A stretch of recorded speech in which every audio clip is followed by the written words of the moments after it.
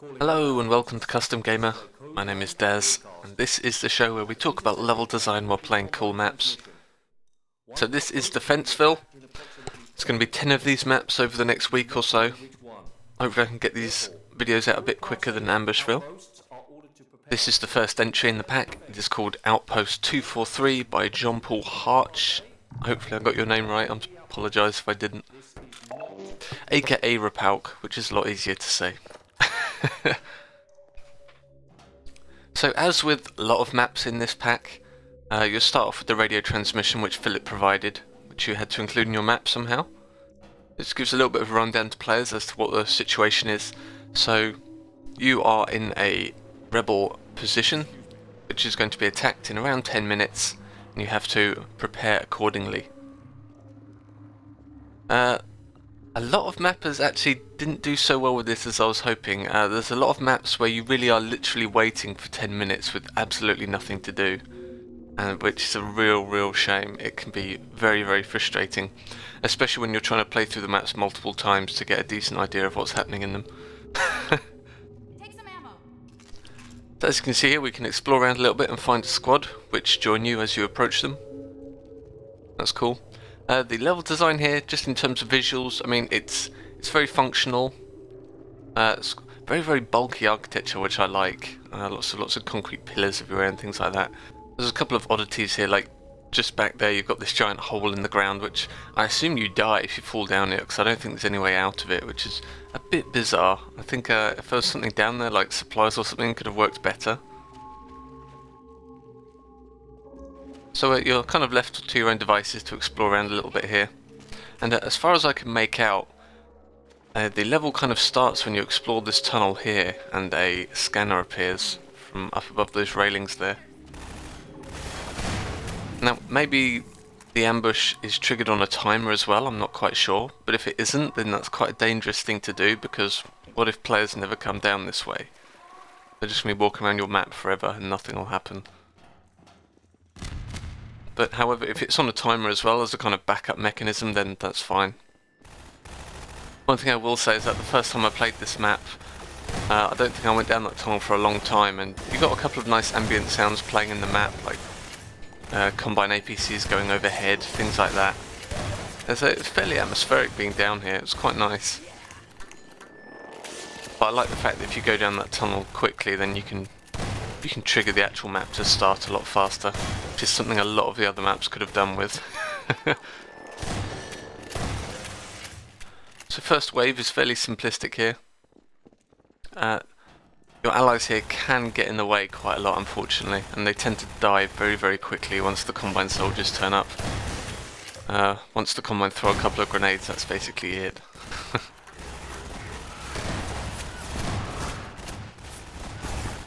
I like that they come from different areas in the arena. If everything had just come from the red corridor, then it could have been very easy. As it stands, the arena does get a fairly decent amount of use from all sides of it.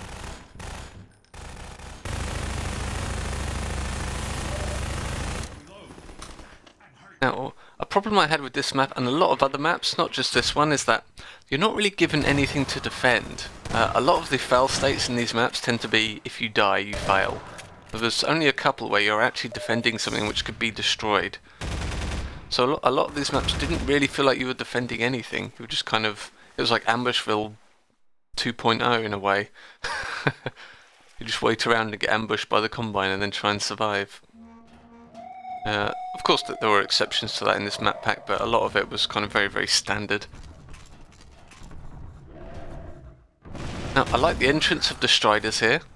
They kind of break down these metal grates that you can see there in the end of the tunnel. I think it's just not signposted as well as it could have been. I wonder how many players just completely missed that entrance of the Strider. It's actually fairly significant that they break down the barrier, because you actually need to go that way to exit this area. So I think that could have been signposted a little better. Perhaps there was some more lighting, or spark effects, or more explosions, anything like that really.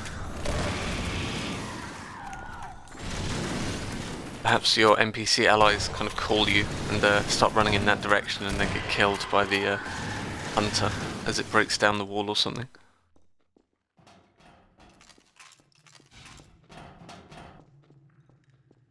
There's also barely any, there might be a very, very subtle sound effect here, but the ambience is very, very missing. I'm kind of wondering if perhaps the original plan for this map was you were defending those generators in that side area. Maybe the author just ran out of time. You have to kind of keep into account that these maps are made in 10 days, so don't go expecting Valve quality stuff, although some of the maps do come pretty damn close. It's quite scary. We'll get to that later. I do like this area a lot. I just recently played through Mirror's Edge on stream, and this reminds me a lot of the underwater flood control area. One of my favourite areas in that game. It's absolutely beautiful.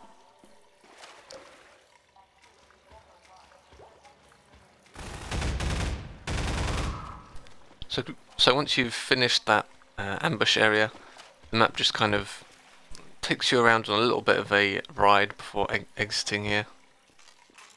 There's a couple of enemies, but nothing really too significant. And I think a puzzle here would have been great, like perhaps like some kind of puzzle like lowering a bridge to cross a chasm or something like that. Maybe some kind of water raise or lower puzzle, just to finish off the map. Then we exit here into this house area. This area is extremely barren. I'm guessing there were grand plans for it, but Rapowke just probably ran out of time, I'm guessing. You know, 10-day competition and all. Alright, that was Outpost 243. I'll be back with the next one pretty soon.